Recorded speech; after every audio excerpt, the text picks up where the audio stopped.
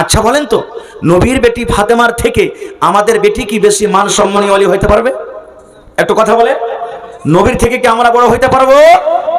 ইমাম হাসান হোসেন থেকে কি আমরা বড় হইতে পারবো? হযরত আলী রাদিয়াল্লাহু তাআলা আনহু থেকে আমরা হইতে পারবো বড়? আহা, নবীর বেটি ফাতেমা রাদিয়াল্লাহু তাআলা আনহার বিয়ে কার সাথে? হযরত আলী রাদিয়াল্লাহু তাআলা আনহুর সাথে। একদিনকার ঘটনা, সহিহ হাদিস। ফাতেমা রাদিয়াল্লাহু তাআলা আনহা আব্বার বাড়িতে চেয়েছেন একটা গোলাম চাইতে। গোলাম বুঝেন তো, চাকর, দাস দাসী চাইতে। লড়াই করে যুদ্ধ করে নবীজি গোলাম দাস দাসী পেয়েছিলেন। ফাতেমা শুনলেন আমার কিছু হেল্প হবে, কাজ আসান হবে। ফাতেমা আব্বার বাড়ি চলে গেলেন। আমাদের বাড়িতে আমাদের মেয়েরা আসে না, আব্বাজি মুরগি দাও, আব্বাজি ছাগল দাও, আব্বাজি বদনা দাও, আব্বাজি কাপড় দাও, আব্বাজি এই দাও, চাহে কি চাহে না ভাই? চাইতে চলে এলেন। যে সময়তে আব্বার বাড়ি গেলেন ওই সময়তে নবীজি কিন্তু বাড়িতে নেই, কোনো কামে কাজে চলে গেছেন। বাড়িতে কে আছেন? মা, সতার মা আয়েশা রাদিয়াল্লাহু তাআলা আনহা। ফাতেমা বলছেন, মা আব্বা বাড়িতে নেই? বলছেন, না রে বেটি, বাড়িতে নেই, হয়তো দাওয়াতের কাজে বা কোনো কামে গেছেন, আশপাশ বহে আছে। কি কথা? বলছেন, না আব্বা থাকলে বলবো না। খো চলে গেলেন। তখনই 1 মিনিটের জন্য আর থাকলেন না। আহা, দেখেন স্বামীর বাড়ির কাজ কেমন, স্বামীর বাড়ির দায়িত্ব কেমন। কে জানি হয়তো আমার স্বামী আমাকে খুঁজবেন, কি আমার সাথে কোনো দরকার আছে, কি খেতে লাগবে, পানি লাগবে, কি লাগবে। আর থাকলেন না, তাড়াহুড়া করে চলে গেলেন আবার স্বামীর বাড়িতে। আর আপনাদের মেয়েরা যদি আসে তাহলে কি বলবেন আমাদের মায়েরা, খালারা? থাম না গে, থাক, এ তো আলিয়ার চলে যাবে এত তাড়াহুড়া করে, একটা দিন থাক, তখন যাস। এই দেখেন, কিন্তু ফাতেমা 1 মিনিটও দাঁড়ালেন না, চলে গেলেন। সন্ধ্যাবেলাতে নবীজি এলেন। আসার পর মা আয়েশা রাদিয়াল্লাহু তাআলা আনহা বলছেন, ইয়া রাসূলুল্লাহ, আল্লাহর নবী গো, ফাতেমা এসে চলো বাড়িতে আপনার সাথে দেখা করার জন্য। কিন্তু কি কাজ আমাকে বলে যায়নি। ফাতেমা আপনার সাথে দেখা না হওয়ার কারণে তখনই আবার নিজের বাড়ি রওনা হয়ে গেছেন। ওরে সুবহানাল্লাহ, নবীজি নিজের মেয়েকে কত ভালোবাসতেন। আরে আমার মেয়ে আমার সাথে দেখা করার জন্য এসেছিল। আল্লাহর নবী 1 মিনিটের জন্য বাড়িতে দাঁড়ালেন না, একবারে তাড়াতাড়ি করে নিজের মেয়ের বাড়িতে চলে গেলেন। রাত কিন্তু হয়ে গেছে। দরজাতে বলছেন, ফাতেমা তোমরা কি ঘুমিয়ে গেছো নাকি রে মা? বলছেন, আব্বু আমরা ঘুমাইনি। আল্লাহ রাসূল বললেন, আমার জামাই আলী কই? বলছে, আপনার জামাই আলী বিছানায় শুয়ে গেছে, কিন্তু এখনো ঘুমাইনি। আর নবীজি বললেন, তুমি? বলছে, আব্বা আমিও শুয়ে গেছি।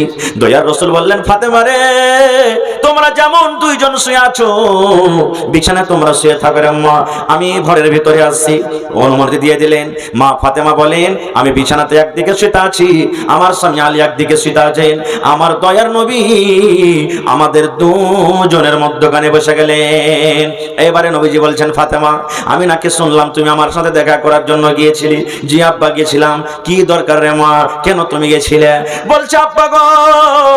ফাতেমা বলছেন, আমার হাতের দিকে দেখেন আব্বা জান, এই যে আপনি আমার হাতে হাত খালি দেখেন, এই যে আপনি আমার হাত দেখেন, এই হাতের জন্য আপনার কাছে গেছিলাম। ওরে আল্লাহ বলবেন হাতে কি ছিল? আল্লাহ রাসূল বলছেন, বেটি রে, তোমার হাতে কেন ফোঁসা পড়ে আছে রে মা? তোমার হাতে কেন ফোঁসা পড়ে আছে? তোমার ফোঁসা গলা গলে গেছে, তোমার হাতটা রক্তে রক্তিত হয়ে আছে, তোমার হাতটা লোহলাওয়ান হয়ে আছে। কি তুমি কাজ করেছিলে রে মা? কিসের কারণে তোমার হাতে ফোঁসা গলা গলে গেছে? এইবারে ফাতেমা বললেন, আব্বা গো, আপনার জামাইয়ের বাড়িতে আমি কাজ করে গো আব্বা জান, জাতা টেনে টেনে, জাতা পিছে পিছে, আটা পিছে পিছে, কিংবা কুয়া থেকে ইন্দারা থেকে পানি তুলে আমার হাতে সমস্ত ফোঁসাগোলা পড়ে গেছি। তাই আমি গেছিলাম, যদি একটা গোলাম গাল আপনি দিতেন, ওই চাকর আমার বাড়িতে কাজ করতো, আমি আপনার মেয়ে ফাতেমা আমি আরাম পাইতাম। দেখেন, কাজ করে ফোঁসা পড়ে গেছে। এবার আপনাকে বলবো, ফাতেমাটাকে? এটা নবীর বেটি। এখনই শুনলাম, আপনারা শুনলেন নবীর বেটি। তার আগে কি? আল্লাহ রাসূল বলেছেন, মায়েরা খালারা একটু শুনেন গে মা, আল্লাহ রাসূল বলেছেন, যত পৃথিবীতে মহিলারা জান্নাতে যাবে, যত মহিলারা জান্নাতের ভিতরে যাবে, ওরে সুবহানাল্লাহ, সমস্ত মহিলাদের জান্নাতের ভিতরে সরদারনি হবেন আমার বেটি ফাতেমা। কে বলেছেন? নবীজি। যত মহিলারা জান্নাতে যাবে সমস্ত জান্নাতের মহিলাদের সরদারনি কে হবে? নবীর বেটি ফাতেমা। একটা ফজিলত হয়ে গেল। আল্লাহ রাসূল বলেছেন, আমার নাতি হাসান হোসেন, যার ঘটনা আপনারা শুনেছেন, কত কষ্ট দিয়ে তাদেরকে শহীদ করা হয়েছে। আল্লাহ নবী বলেছেন, যত যুবকেরা জান্নাতের ভিতরে যাবে রে, সমস্ত যুবকদের সরদার নেতা হবে আমার নাতি হাসান হোসেন। এত বড় ফজিলত আল্লাহ তাআলা দান করেছেন নবীজির বেটি হাসান হোসেনের মা শের আলী খোদার স্ত্রী এবং জান্নাতি মহিলাদের সরদারনি, সে নিজের স্বামীর বাড়িতে জাঁতা টেনে টেনে হাতে ফোঁসা পড়ে গেছে। আজকে যদি আমাদের মেয়েরা যদি এমপির মেয়ে হয়, মুখিয়ার বেটি হয়, জেলা পরিষদের বেটি হয়, সরকারের বেটি হয়, তাদের কিন্তু একবার অহংকারিতে থাকা যাবে না। হ্যাঁ, আমি এত বড় নেতার বেটি আর স্বামীর বাড়িতে স্বামী কাজ করব না, করতে পারবো না। কতটুকু আমরা কত কথা বলবো। এইবারে দেখেন নবীজি মেয়েকে বলছেন, বেটি রে, তুমি আমার কাছ থেকে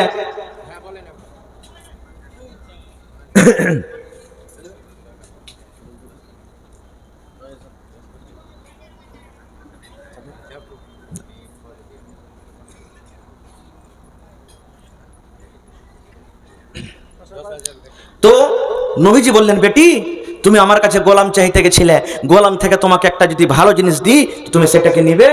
আপনার বেটি আপনার বাড়ি মুরগি চাইতে গেছে, ছাগল, আর আপনি যদি বলেন বেটিরা তুই ছাগল না দে তোকে একটা গরু কিনে দিব, তো কোনটা নিবে বলেন তো? কোনটা নিবে ভাই? গরু। তো নবীজি বলছেন, বেটি তুমি আমার কাছে গোলাম চাইতে গেছিলে, এই গোলাম থেকে তোমাকে ভালো জিনিস দিলে তুমি কোনটা নিবে? মা বলছে, আব্বা ভালোটা নিব।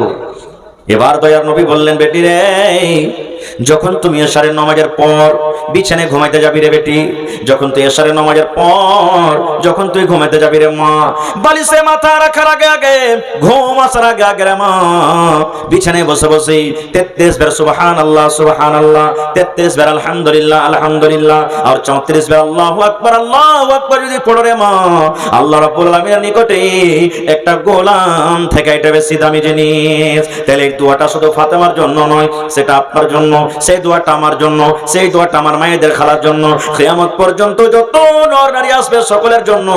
এশারের নামাজের পর যখন বিছানায় ঘুমাইতে যাবেন, সুবহানাল্লাহ সুবহানাল্লাহ সুবহানাল্লাহ সুবহানাল্লাহ করে করে করে 33 বার, আলহামদুলিল্লাহ আলহামদুলিল্লাহ আলহামদুলিল্লাহ 33 বার, আল্লাহু আকবার আল্লাহু আকবার আল্লাহু আকবার 34 বার, তিনটাকে নিয়ে 100 বার যে পড়ে শুতে যাবেন, নবী বলেছেন আল্লাহ রাব্বুল আলামিনের দরবারে একটা গোলাম থেকে বেশি ভালো।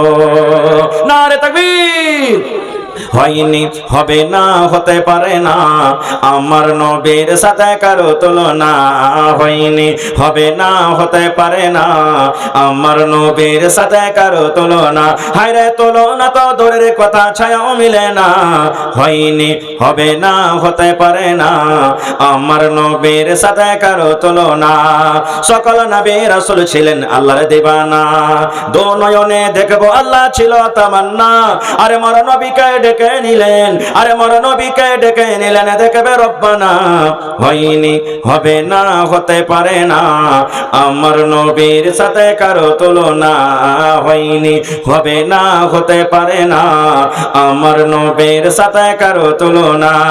ইউসুফকে দেখে যারা আঙ্গুল কেটেছে, তারা কে আমার নবীর রূপ দেখেছে।